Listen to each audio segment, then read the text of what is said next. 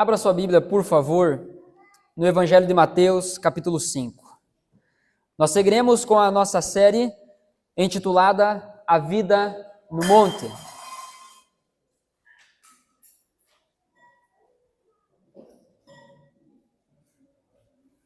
É uma série baseada no Sermão do Monte e hoje é o 16º sermão.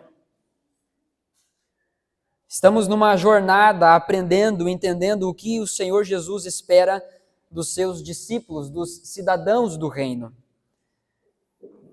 Devemos nos lembrar que Jesus não pregou o Sermão do Monte para que a gente aprendesse apenas a fazer algumas coisas. O objetivo de Jesus ao pregar esse sermão, que na verdade é uma coletânea, uma verdadeira série de sermões, porque são vários assuntos, Jesus pregou tudo isso para ensinar aquilo que os seus discípulos devem ser e não simplesmente fazer. Lembre-se daquilo que já conversamos em sermões passados. O objetivo de Jesus não é ter um comportamento melhorado, mas sim um coração transformado. Porque quando o coração é transformado, o comportamento é afetado naturalmente por isso. Por outro lado, que era a realidade dos fariseus, você pode ter um comportamento ok. Você pode ter um comportamento bom, uma moralidade aceita. Mas se isso não vir do coração, não vier do coração, não faz sentido. É apenas uma espiritualidade oca, vazia, vã. Aprendemos até aqui que a vida no monte é marcada por contentamento e satisfação. Jesus abre o Sermão do Monte com o assunto felicidade, as bem-aventuranças. Jesus está dizendo o tipo de gente que é bem-aventurado, o tipo de gente que é verdadeiramente feliz. E Jesus ensina que há um tipo de felicidade que só pode ser encontrada em Deus, que ultrapassa as circunstâncias, que ultrapassa situações de saúde, ultrapassa situações de luta, de batalhas, até mesmo de falta, em algum sentido.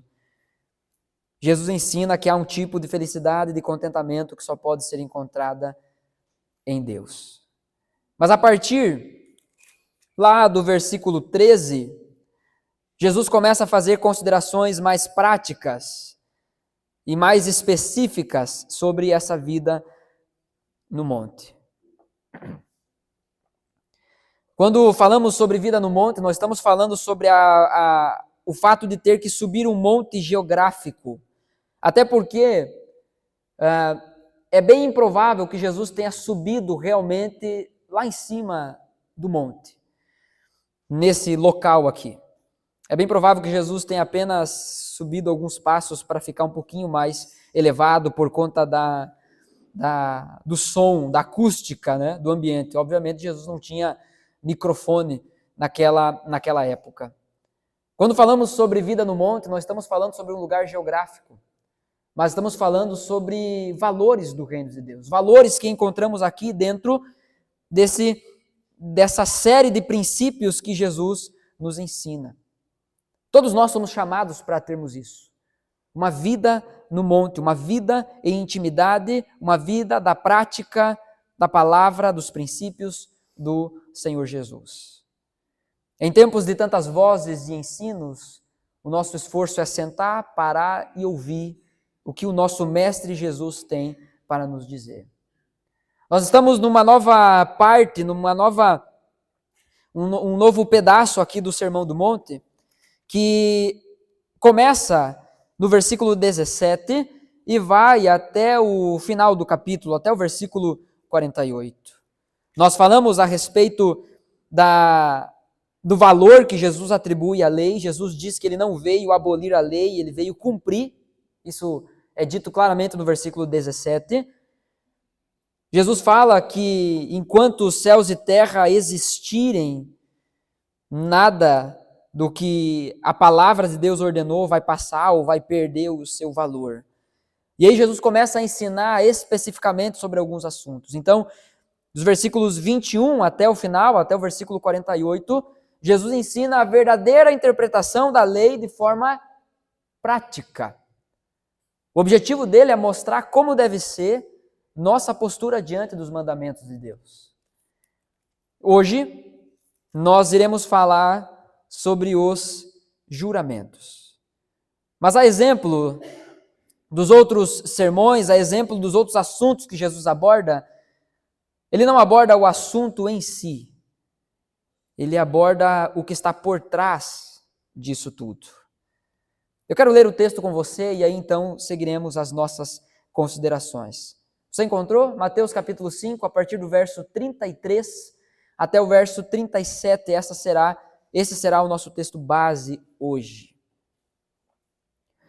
O texto diz assim: vocês também ouviram o que foi dito aos seus antepassados.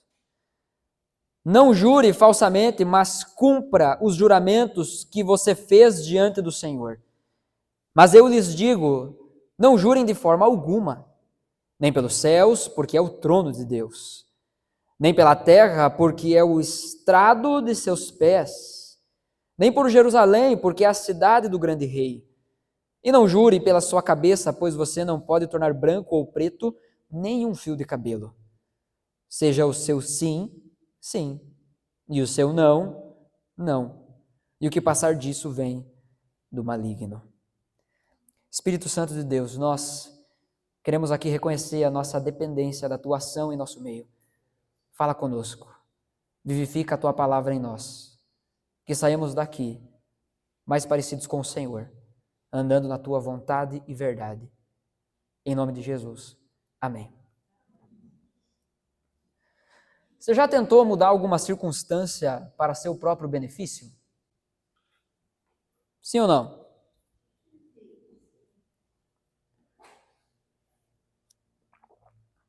É comum a gente fazer isso, né? Não é normal, mas é comum. Mesmo sem perceber, às vezes a gente faz isso. E essa postura de mudar as circunstâncias ao nosso próprio favor acontece bem cedo, pelo menos inicia bem cedo em nossas vidas. Eu tenho duas Evas lá em casa, né? A Eva Ana e a Eva Joana, que eu chamo de Evinha. São duas pecadoras, assim como eu também sou pecador. É interessante testemunhar o quão fascinante é o crescimento de uma criança. É, ao mesmo tempo, assustador perceber como o pecado, de fato, está tão enraizado no coração do ser humano. Hoje, minha esposa chamou nossa filha para tomar banho, como toda mãe chama. Joana. Toda mãe que tem a filha chamada Joana, pelo menos, né? Joana, vem tomar banho. Ela respondeu, literalmente assim: o quê? Encher a água e brincar? Tá bom, mamãe, eu gosto de brincar. A mãe chamou para tomar banho. E ela tornou a pergunta da mãe encher a banheira para brincar enquanto toma banho. Como muitas crianças, a Joana é assim. Mas nós, como crianças, muitas vezes usamos as palavras que saíram da boca do nosso Senhor para nos beneficiar. E é justamente isso que Jesus estava combatendo aqui. É estritamente essa postura que Jesus está indo contra aqui. Mais uma vez, nós iremos dividir o texto em 3 partes. O primeiro ponto do nosso sermão, das considerações que iremos fazer, está no versículo 33. Aquilo que foi dito. Vocês também ouviram o que foi dito aos seus antepassados. Não jure falsamente, mas cumpra os juramentos que você fez diante do Senhor. Devemos lembrar, e para que isso fique muito claro e fique de fato gravado em nossa mente, Jesus não se refere ao que está escrito, mas ao que foi dito. Jesus não diz aqui, vocês leram o que está escrito na lei, na palavra. Não, ele diz, vocês ouviram o que foi dito aos seus antepassados. Jesus não está indo contra a lei de Deus, mas contra a interpretação errada da lei de Deus. Havia Haviam escolas de interpretação na época, era muito comum isso. Um homem judeu, quando ele fazia 13 anos, ou era 12, agora não me lembro, mas quando ele fazia essa virada de idade, ele estava pronto para ser um homem. E nessa idade ele já deveria saber decorar a Torá, que são os 5 primeiros livros da Bíblia, que nós chamamos de Pentateuco. Difícil, né? Ele tinha que saber decor. E a partir disso, se ele quisesse, ele continuaria numa jornada de ensino, de formação, digamos que acadêmica. E conforme ele ia crescendo e permanecendo nessa jornada acadêmica, aprendendo a interpretação da lei de Deus, quando ele completasse seus 30 anos, ele poderia se tornar um rabi, um mestre, um professor. E aí então ele poderia sair e convidar pessoas para segui-lo. É interessante que é exatamente isso que Jesus faz, né? Ele é batizado com seus 30 anos aproximadamente, tem 3 anos e meio aproximadamente de ministério, mas aos 30 anos ele é batizado e aí ele começa a ser um ministério público e então ali ele convida discípulos para o seguirem, para aprenderem dele. A diferença é que enquanto todos os outros rabis convidavam seus discípulos para serem seus seguidores e seguirem seus ensinos, suas informações, Jesus chama os seus seguidores para serem aprendizes de vida e não apenas de conteúdo. O chamado é completamente diferente. Aqui nós temos um aluno da mente. Aqui nós temos um discípulo de coração. É diferente. Mas era muito comum isso, essas escolas de interpretação. Lembra quando nós falamos sobre quando Jesus aborda o assunto do divórcio? Havia 2 grandes escolas de interpretação, a escola de Shammai e a escola de Hillel. Um mais liberal e outro mais conservador. Era muito comum ter isso. Jesus não está indo contra a lei de Deus. Jesus está indo contra a interpretação errada acerca da lei de Deus. Isso precisa ficar claro em nossa mente. Só que esse mandamento em questão, no versículo 33, que Jesus diz: vocês ouviram o que foi dito aos seus antepassados. Não jure falsamente, mas cumpra os juramentos que você fez diante do Senhor. Esse mandamento específico não é encontrado, pelo menos não de forma exata, no Antigo Testamento.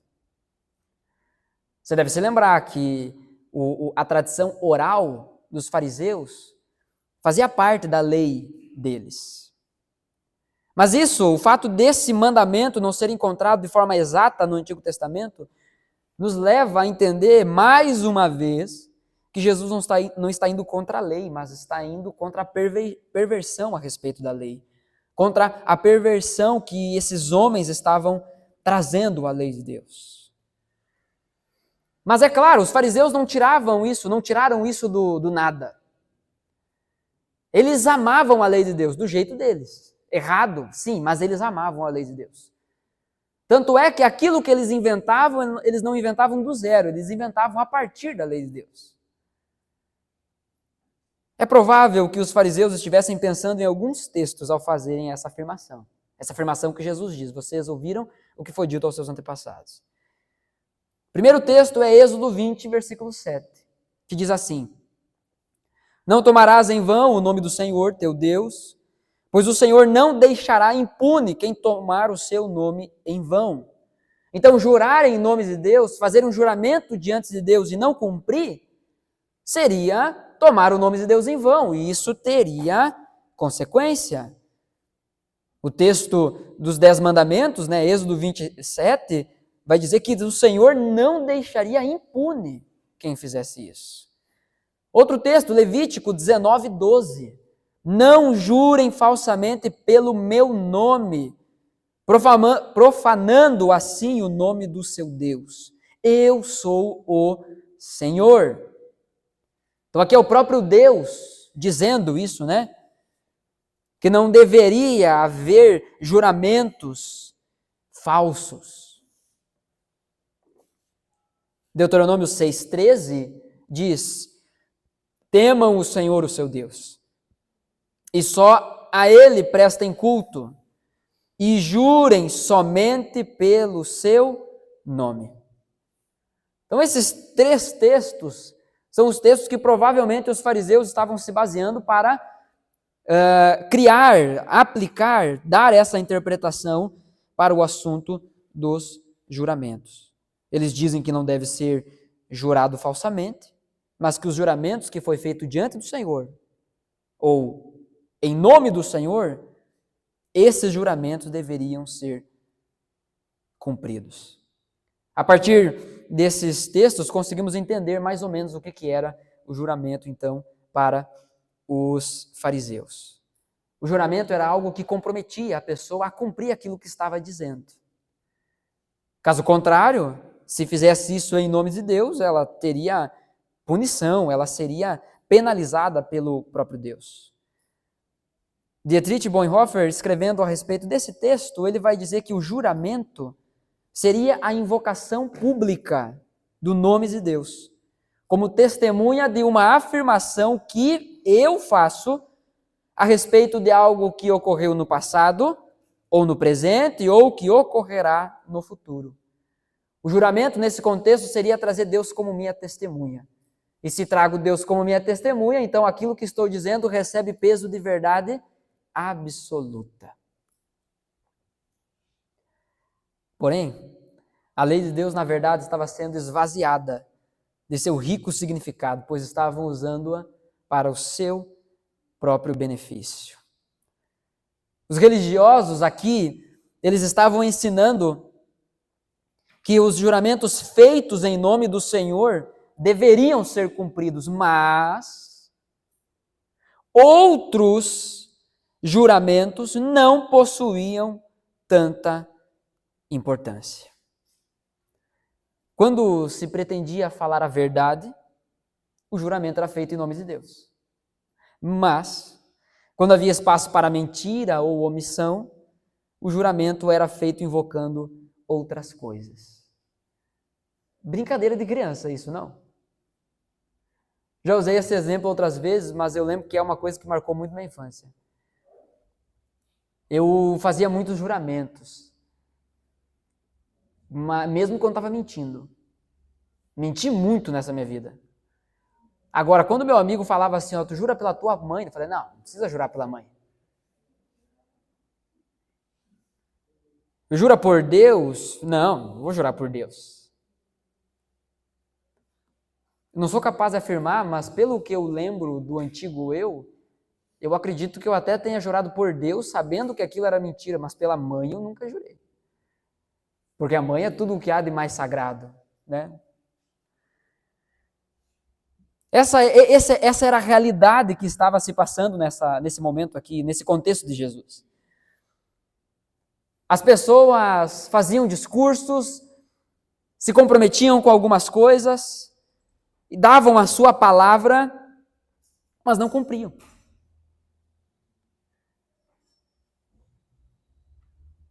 Agora, quando desejavam realmente convencer o outro de que aquilo era verdade, aí colocavam o nome de Deus no meio. Porque o nome de Deus era a garantia de que aquilo ali era verdade.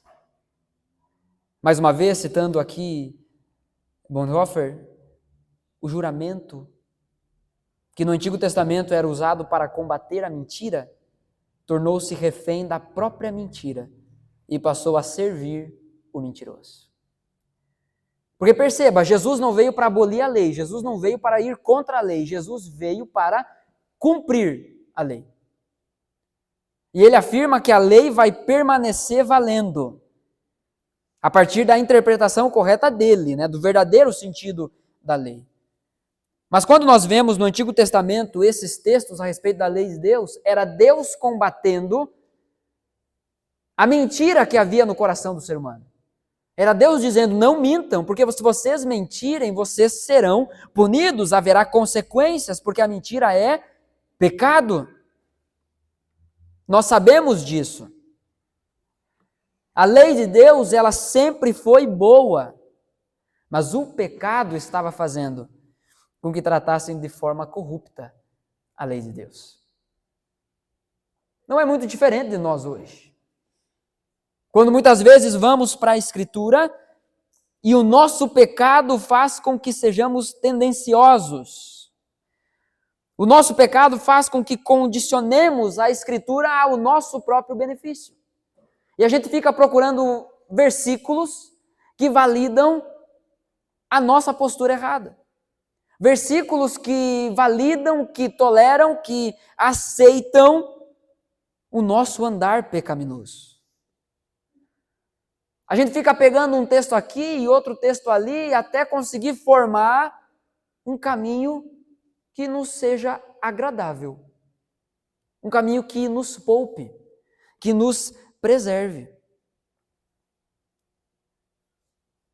De forma bem sem vergonha, eu fiz aquelas 3 perguntas para vocês ali no início, né? Levanta a mão.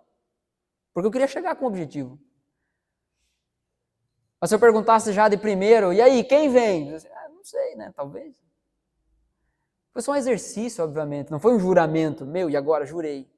Levantei a mão. Aí foi a mão direita ainda. Devia ter levantado a outra. Não é isso. Os mandamentos do Antigo Testamento, essas leis que Deus havia estabelecido, era para batalhar, era para tratar a mentira no coração das pessoas. Só que o que estava acontecendo? Eles pegaram o mandamento, a lei de Deus, e estavam achando brechas para então não jurar em nome de Deus, mas jurar a partir de outras coisas. Para que então pudessem trazer credibilidade para o que estavam falando sem quebrar o mandamento. O jeitinho brasileiro, irmãos, na verdade se chama jeitinho humano. É o jeitinho pecador de ser. O Salmo 19 nos ensina claramente que a lei de Deus é boa, que a lei de Deus é perfeita, que a lei de Deus restaura a alma, que a lei de Deus revigora o nosso ser, que ela vale mais do que o ouro mais fino, que ela é mais deliciosa, saborosa do que o mel que goteja do favo. Essa é a lei de Deus, essa é a palavra de Deus. Mas havia uma corrupção com a palavra de Deus nesse tempo. É por isso, então, que precisamos avançar no texto e entender aquilo que Jesus diz. Em primeiro lugar, aquilo que foi dito, mas em segundo lugar, aquilo que Jesus diz. E é isso que de fato importa. Não importa o que foi dito, importa o que Jesus diz. Olha o que Jesus diz, então, nos versículos 34 a 36. Mas eu lhes digo, não jurem de forma alguma, nem pelo céu, porque é o trono de Deus, nem pela terra, porque é o estrado de seus pés, nem por Jerusalém, porque é a cidade do grande rei. E não jure pela sua cabeça, pois você não pode tornar branco ou preto nem um fio de cabelo. E isso vale tanto para os homens como para as mulheres, né? Não adianta pintar.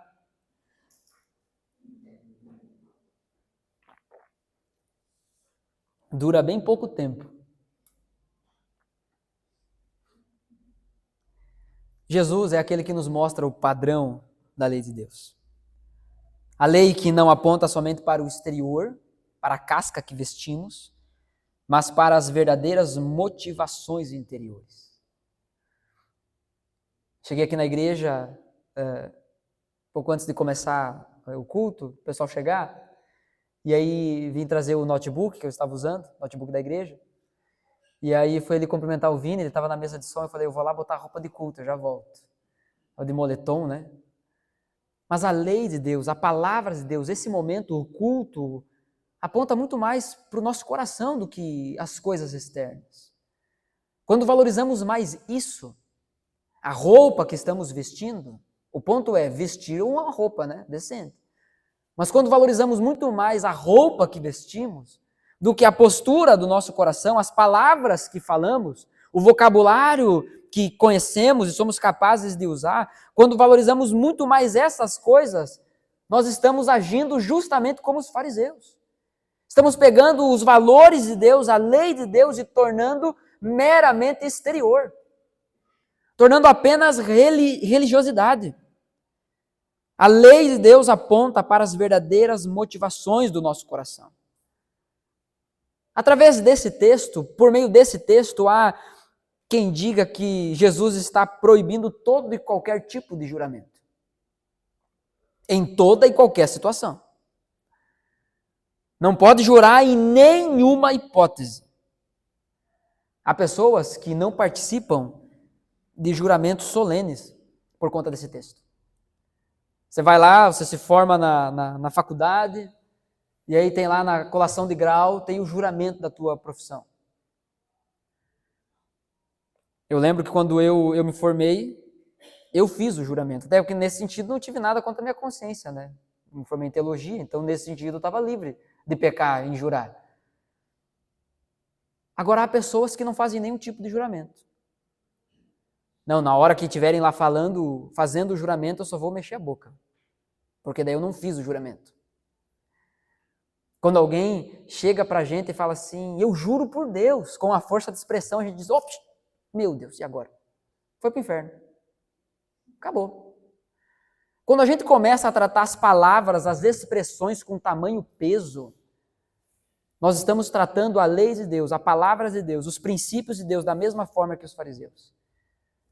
É claro que pessoas que usam o nome de Deus de qualquer forma precisam ser reeducadas acerca disso. Toda hora a pessoa está dizendo, juro por Deus, não faz sentido nenhum na boca daquela pessoa. Primeiro, porque o juramento da pessoa não vale de nada, é uma mentirosa que só. Segundo, por Deus, a pessoa nem crê em Deus. É claro que as pessoas precisam ser reeducadas e nós, os cristãos, somos os primeiros que devemos valorizar o nome de Deus. Não podemos cair no erro de tratar a lei de Deus e esse princípio como os fariseus faziam. É possível encontrar na Escritura homens de Deus fazendo juramentos. E até o próprio Deus fazendo. Você lembra, por exemplo, do servo de Jacó indo buscar uma esposa para o filho dele? E aí ele jura, coloca a mão debaixo da coxa e faz um juramento. Qual era o juramento? Que ele deveria ir até o povo dele para encontrar uma esposa para o seu filho. E ele deveria fazer isso. E fez isso em juramento. Será que ele estava pecando? Será que o seu chefe, seu patrão, estava levando o servo a pecar? Nós vemos até o próprio Deus jurando. Você deve se lembrar dos textos em que Deus diz, juro por mim mesmo. Juro pelo meu nome.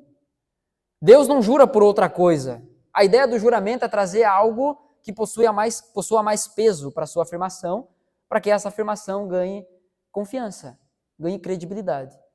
O que há de mais pesado, de mais valioso, que Deus possa jurar por tal coisa? Não existe. É por isso que quando Deus se compromete, quando Deus faz uma aliança, quando Deus faz um compromisso solene na Escritura, ele diz, juro e juro por mim mesmo. Por amor à minha glória.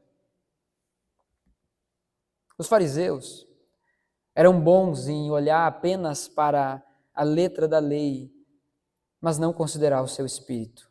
Isso é o verdadeiro sentido da lei. E nós precisamos tomar cuidado para não fazer o mesmo. Tá vendo? Ali está escrito, não jura. Aí você ignora todos os outros pecados da pessoa. A pessoa rouba, a pessoa mata, a pessoa fala palavrão. A pessoa está ali do teu lado, a boca parece um esgoto, só sai palavrão, só sai piada suja. Você até dá risada junto, mas a pessoa diz, juro por Deus. Ah, não, juro por Deus, eu não suporto. Como se as outras coisas que a pessoa está falando não fossem uma denúncia do coração dela. O próprio Jesus ensina isso. A boca fala do que está cheio o coração.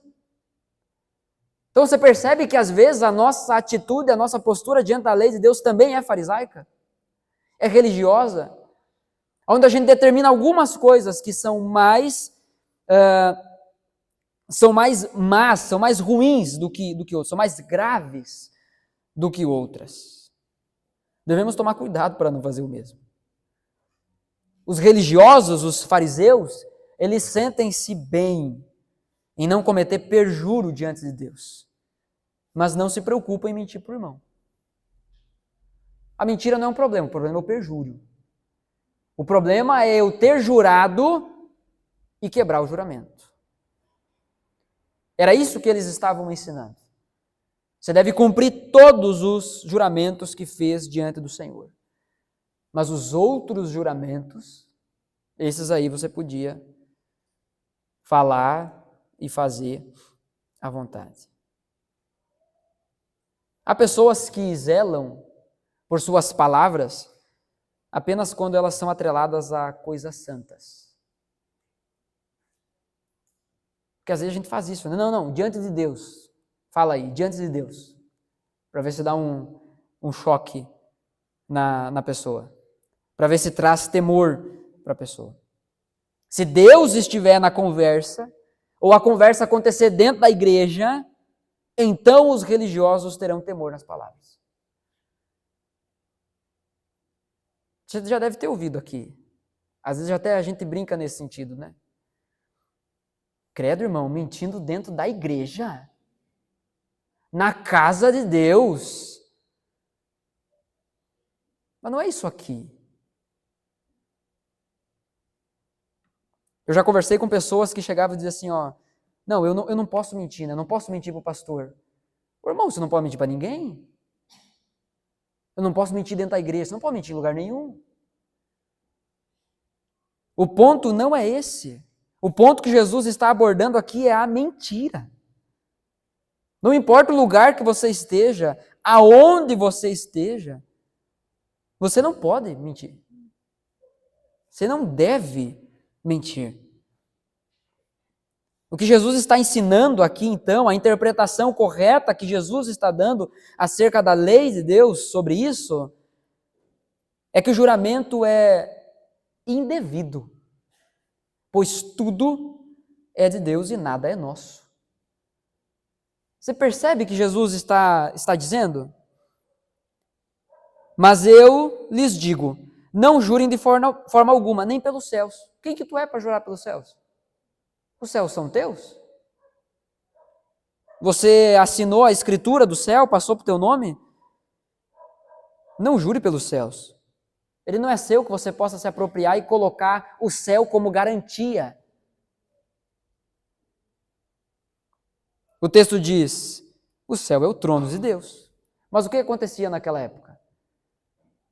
Havia um ensino, e aí isso são relatos extra-bíblicos, e quando digo extra-bíblicos, é porque não estão nos manuscritos que temos da Escritura, mas Flávio Joséfo, um dos historiadores e autor dos documentos mais importantes acerca do contexto bíblico, nesses escritos havia esses relatos, desse tipo de juramento. Não, eu não juro pelo trono de Deus, mas eu juro pelo céu, que é uma coisa santa. E aí vem Jesus assim, por que vocês estão jurando pelo céu? É o trono de Deus, não é de vocês. Jurar pelo céu ou jurar pelo trono de Deus é a mesma coisa. Não jurem pela terra, porque é o estrado de seus pés. O estrado dos pés de Deus. A terra não é nossa para que a gente possa colocar ela como garantia. A gente possa empenhorar ela nas nossas conversas, nos nossos discursos, nos nossos negócios. Nem por Jerusalém, que é a cidade santa. Não orem por Jerusalém, pois é a cidade do grande rei. Tá bom, eu entendi, eu não posso orar por aquilo que não é meu. Então eu vou jurar pela minha própria vida. Vou jurar pela minha própria cabeça. Aí Jesus diz, não jurem pela própria cabeça de vocês, nem pela própria vida de vocês, porque nem isso é de vocês. Vocês não podem tornar um fio branco preto, nem um preto branco. Você pode disfarçar ele, né? De alguma forma. Mas o que Jesus está dizendo é que o juramento é indevido, pois tudo é de Deus e nada é nosso. Nós não temos nada que a gente pode colocar de garantia para jurar, para garantir a nossa palavra. Jesus também está ensinando que o juramento é desnecessário, pois toda palavra é dita diante de Deus. Eu só tenho que cumprir porque eu jurei. Não, você falou, cumpre. Não, mas eu não falei diante de Deus. Toda palavra é dita diante de Deus. Irmãos, Jesus está aqui ensinando sobre verdade, Jesus está ensinando sobre honra. Jesus está ensinando sobre ter palavra. Jesus está ensinando sobre o princípio do fio do bigode, né? É isso que Jesus está ensinando. Você não precisa ser alguém que fica jurando a todo momento. Há situações onde o juramento ele é devido pela solenidade, questões civis, mas o juramento em situações específicas, ele deve ser uma expressão solene da verdade e não uma maquiagem para esconder a maldade. Porque você chega para o seu irmão e diz assim, não, eu juro para ti que eu vou fazer isso. Eu juro para ti que eu estarei lá. E você não vai e nem avisa. Isso se aplica em muitas coisas da nossa vida.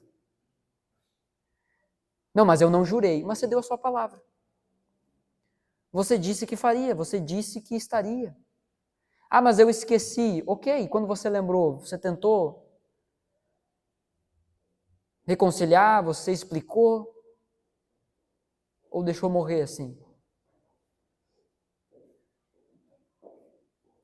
O juramento, irmãos, o ensino de Jesus acerca do juramento é que ele deve ser uma expressão solene da verdade. Sabe, é oficializar um acordo, uma palavra, mas não que isso deve ser feito a todo momento e o juramento se tornar sinônimo da verdade. Porque daí as pessoas com as quais nos relacionarmos, elas não vão acreditar na gente até que a gente jure. Você vai dizer uma coisa e a pessoa vai ficar, será? Não sei. Essa pessoa sempre mente. Essa pessoa sempre engana. Essa pessoa sempre diz que vai e nunca vai. Que vem e nunca vem. Não é uma pessoa que não cumpre a sua palavra, será? Não, mas ele jurou. Não, então ele jurou, então dá para saber que ele vem. Dá para saber que vai fazer isso. Terceiro e último ponto, que é o grande assunto de Jesus aqui, é a verdade. Qual é a aplicação de Jesus para tudo isso? Versículo 37. Seja o seu sim. Vamos de novo? Seja o seu sim. Sim. E o seu não. Porque passar disso vem do... Dureza isso, hein? O desejo de Jesus é que seus discípulos andem na verdade. E ele orou por isso. Acompanhe João capítulo 17, versículo 17, Jesus orando pelos seus discípulos, e na oração de Jesus ele diz, santifica-os na verdade, a tua palavra é a verdade. O desejo de Jesus é que seus discípulos andem na verdade. Sejam santificados na verdade. Sejam inseridos na verdade de Cristo. Na verdade de Deus, na lei de Deus. Esse é o desejo de Jesus para seus discípulos. Ele orou por isso. Você entende isso? Jesus orou para que você vivesse uma vida de verdade. Que você andasse na verdade e não na mentira. Não na omissão, não no engano. Jesus orou para que os seus discípulos também proclamassem a verdade. João 17:18. Assim como me enviaste ao mundo, eu os enviei ao mundo. Primeiro ele ora para que sejam santificados na verdade, para que eles sejam recebidos, então recebam essa verdade. E depois ele ora e envia os seus discípulos. Ele não envia primeiro os seus discípulos e depois santifica eles na verdade. Não. Primeiro ele santifica na verdade e depois envia. Para o quê? Para que a proclamação dos discípulos fossem a verdade. A verdade de Deus. Jesus orou para que fossem de verdade. João 17:19 diz, em favor deles eu me santifico, para que eles também sejam santificados pela verdade. Jesus morreu na cruz, meu irmão, para que você fosse alguém de verdade. Para que quando a pessoa que está sentada ao seu lado, pudesse ter uma pessoa de verdade ao lado dela. Pudesse ter alguém em que se pode confiar. Pudesse ter alguém onde o que é dito, está dito. Onde não há nuances. Onde não há uma área cinzenta que será usada de alguma forma como argumento. É claro que uma das maiores dificuldades que enfrentamos no nosso tempo é a comunicação. Onde aquilo que eu digo querendo dizer uma coisa, mas o outro ouviu outra coisa. É claro que precisamos melhorar a nossa comunicação.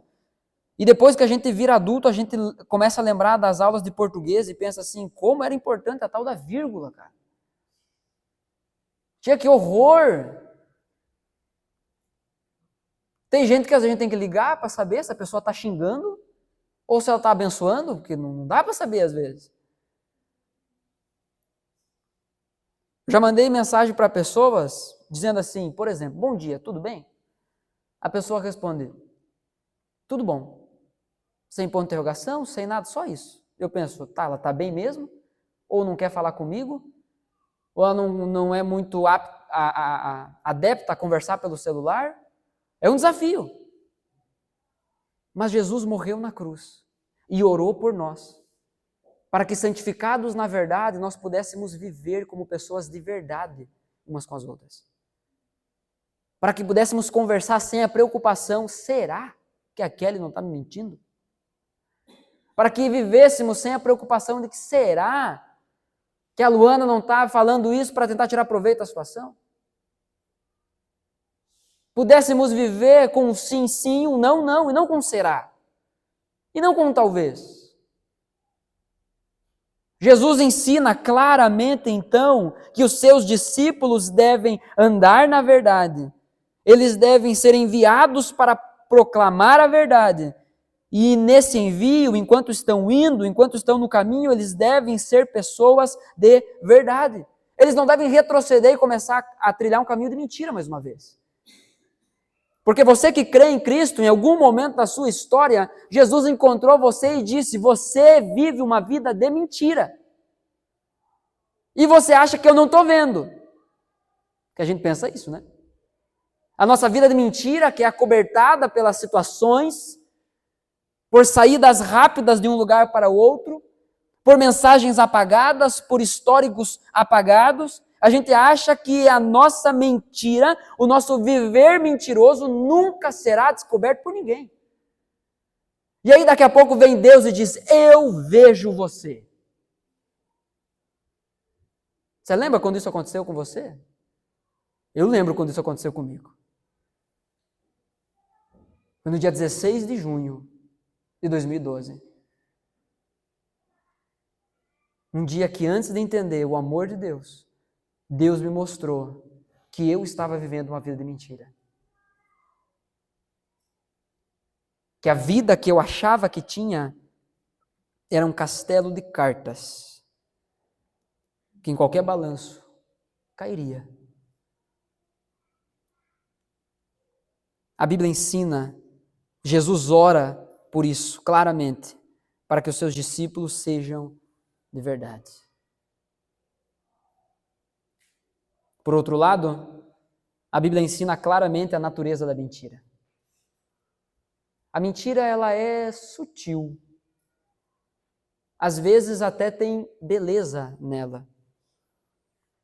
Olha o que diz em João capítulo 8, versículo 44 e 45. Jesus confrontando mais uma vez os fariseus, os mestres da lei, ali os religiosos da época. Jesus olha para eles e diz: vocês pertencem ao pai de vocês, o diabo.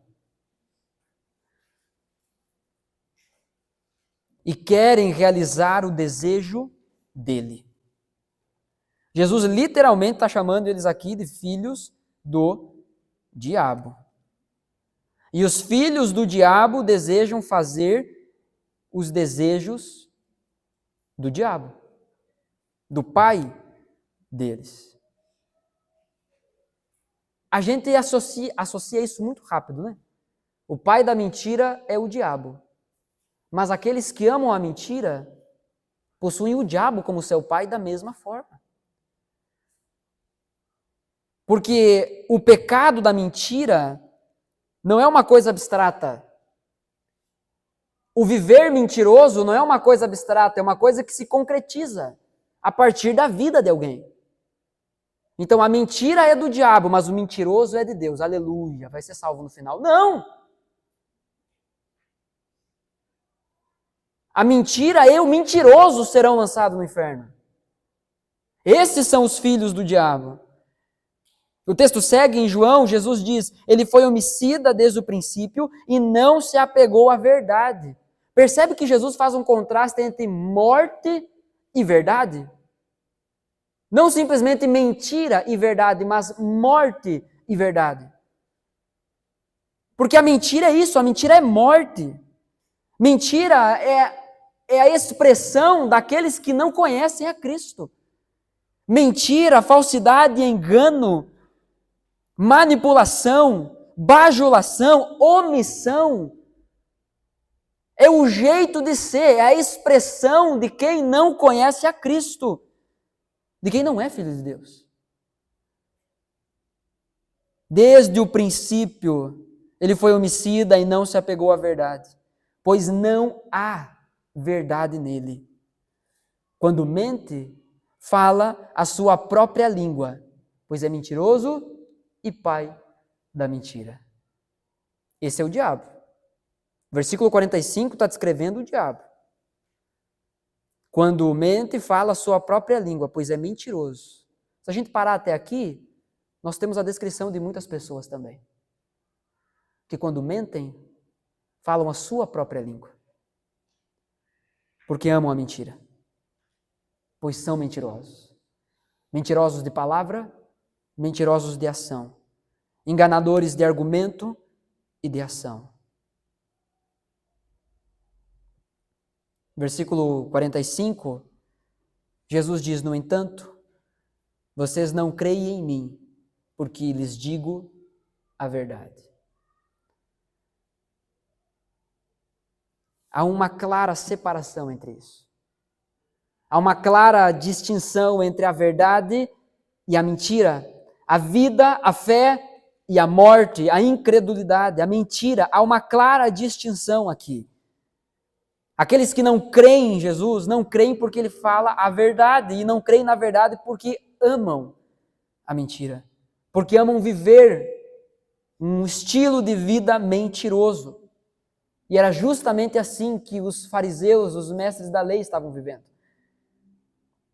Aparentemente santos, mas verdadeiramente incrédulos. Irmãos, um filho de Deus é feito de verdade e luz, enquanto um filho do diabo é feito de mentira e trevas. E essa mentira, essas trevas, muitas vezes se manifestam de forma sutil. E até mesmo religiosa. Você chega para alguém e diz assim, e aí, meu irmão, vamos lá? Quinta-feira tem encontro de oração. Vamos orar? A pessoa diz, se Deus quiser eu vou. Ah, vai ver, Deus não quer. Vai ver, Deus assim, não. Orar? Para quê? Isso não é importante. Muitas vezes, nós agimos de forma religiosa para disfarçar um viver mentiroso, para enganar as outras pessoas, para manter diante das pessoas uma aparência de santidade. Para que as pessoas olhem para mim e pensem, ó, lá vai o santo. Nós amamos isso. O nosso coração, a nossa natureza pecaminosa ama isso.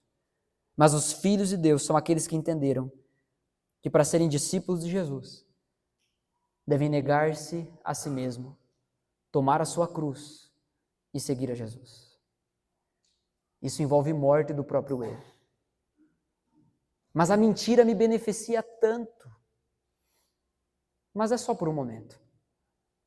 A consequência logo chega. Você é um filho de Deus ou você é um filho do diabo? Você é feito de verdade e luz ou você é feito de mentira e trevas? As mentiras e as trevas às vezes são disfarçadas no mistério. Não, na minha vida ninguém se mete. Dos meus assuntos só eu sei. É claro que tem coisas que são particulares suas. Tem coisas que são pessoais, que pertencem a você, a sua família. Não estou dizendo para tornar o livro da vida aberto, né? O livro da nossa vida aberto para todo mundo. Mas às vezes a gente coloca cercas nos relacionamentos para que ninguém se aproxime, porque ao aproximar-se, identifique que há em nossa vida mentira e trevas. Aí é mais fácil eu me fechar. É mais fácil eu fugir do relacionamento, da vida de igreja. Usar juramentos ou expressões que intentam mais peso para o que dizemos é autoenganação. Não adianta você ficar fazendo juramento para você mesmo. Quantas vezes você já chegou diante de Deus e disse assim, Deus, eu juro que eu nunca mais vou fazer isso. Senhor, me perdoa, porque a partir de hoje eu sou um homem, eu sou uma mulher diferente. Senhor, eu garanto a você. A você não, né? A gente não chama Deus de você, né? A gente chama de Senhor. Olha a religiosidade aí, né? Deus, eu garanto que eu nunca mais vou fazer isso. Não me manda para o inferno, Deus. Pelo amor de Deus. Às vezes o juramento não é nem só para o outro, mas é para a gente mesmo. O que deveríamos fazer é parar de jurar e simplesmente o nosso sim ser sim e o nosso não, não. Chegar diante de Deus e dizer, Deus, me perdoa. Porque mais uma vez eu estou aqui por causa do mesmo pecado. Senhor, o que eu quero é vencer isso. Será que o Senhor pode me ajudar? Que pai não diz sim para uma oração dessa, gente? O nosso Pai, o nosso Deus não é um líder religioso, é o nosso Pai amoroso, é o nosso Pai de amor que está cuidando da gente, que está ouvindo as nossas orações. Ele não precisa dos nossos juramentos, ele precisa do nosso coração verdadeiro diante dele. Então, por favor, não prometa as coisas que não conseguirá cumprir. Tampouco coisas que não tem a intenção de cumprir. Porque você consegue garantir que você não vai pecar mais? O que você pode é assumir uma responsabilidade diante de Deus e crendo que o Espírito Santo habita em você e o domínio próprio é fruto do Espírito, você pode dizer, Deus, com a tua graça, eu me esforçarei ao máximo para não chegar diante de ti pedindo perdão pela mesma coisa. Essa deve ser a nossa postura. E o nosso sim, nesse sentido, deve ser de fato um esforço. É o que Paulo nos ensina, eu esmurro o meu corpo, eu disciplino o meu corpo para que eu não venha a pecar depois de ter ensinado a outros. A ideia é que a gente erre erro novo. Não que a gente vai ficar buscando erro novo, né? mas parar de chegar de novo diante de Deus com a mesma coisa. Você tem 10 anos de crente. E é 10 anos de derrota para o mesmo pecado. E talvez esse pecado seja a mentira. A mentira e os derivados da mentira. Os derivados da natureza da mentira. Não, eu não menti, eu só não falei a verdade. Você é filho de quem, então? É filho de ninguém. É filho do muro, né? Está em cima do muro, é filho do muro. Eu não menti, eu só não falei a verdade.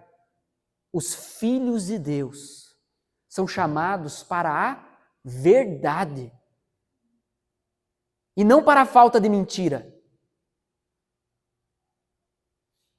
Omissão não é verdade.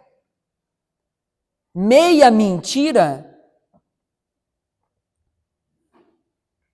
não é uma meia verdade. Meia desobediência é uma desobediência inteira. A gente precisa cuidar mais. O que a gente fala e com o que a gente se compromete. Não estou dizendo que você não deve fazer planos, que você não deve se comprometer, mas que quando o fizer, que haja esforço, que haja trabalho, para que consiga cumprir na dependência de Deus. Citando mais uma vez o livro Discipulado do Bonhoeffer, a mentira destrói a comunhão. A verdade, porém, destrói a falsa comunhão e cria no lugar fraternidade verdadeira. Não há discipulado de Jesus sem uma vida na verdade revelada diante de Deus e dos seres humanos. Somos chamados para sermos verdadeiros diante de Deus e diante dos nossos irmãos. A mentira ativa destrói a comunhão. Mas a omissão cria uma falsa comunhão. A gente se dá bem de uma forma falsa. Que lástima seria isso para uma igreja. Que tipo de família seria essa que se dá bem, mas é de uma forma superficial, é de uma forma falsa? Agora, a verdade arrebenta, ela destrói a falsa comunhão. A verdade de Deus destrói a falsa comunhão e cria no lugar dela uma verdadeira e plena família de Deus. Irmãos, o simples sim ou não é suficiente, pois o cristão é seguidor daquele que é a verdade. É isso que nos diz João 14,6. Jesus dizendo, eu sou o caminho, a verdade e a vida. Lloyd Jones, escrevendo acerca desse texto, ele diz, certamente dizer uma mentira é algo tão ruim quanto cometer perjuro. Ou seja, mentir sem ter jurado é tão ruim quanto mentir após ter jurado. Pois na qualidade de crentes, sempre deveríamos falar como quem vive na presença de Deus. Há um termo muito famoso na história da teologia, que a ideia é o homem sempre diante de Deus. Essa é a nossa situação, sempre diante de Deus. Ele ouve as nossas palavras e todas as palavras são ditas diante dele. Sendo assim, com juramento ou sem, com a boca aberta ou fechada, somos chamados para viver a verdade. Em palavra, em ação. Amém? Diante disso, portanto, para ouvir e praticar, você já jurou por Deus e depois quebrou o juramento?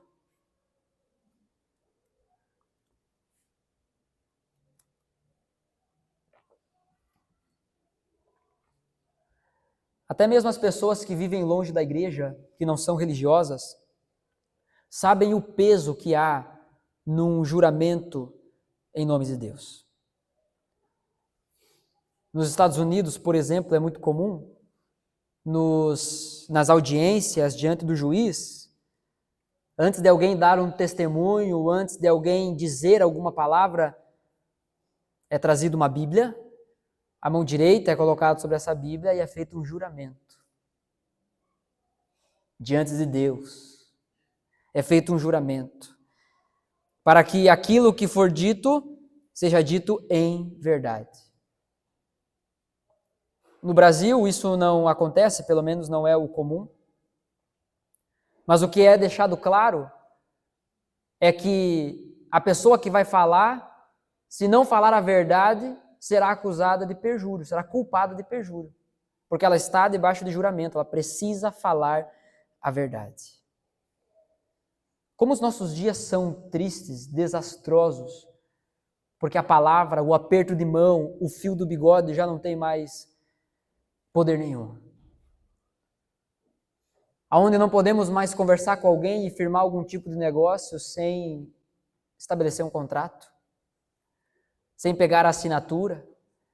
Você está conversando com alguém pelo celular e você tira um print porque você quer garantir que aquela informação ficará salva e, caso necessário, você poderá argumentar para que algum tipo de justiça seja feita.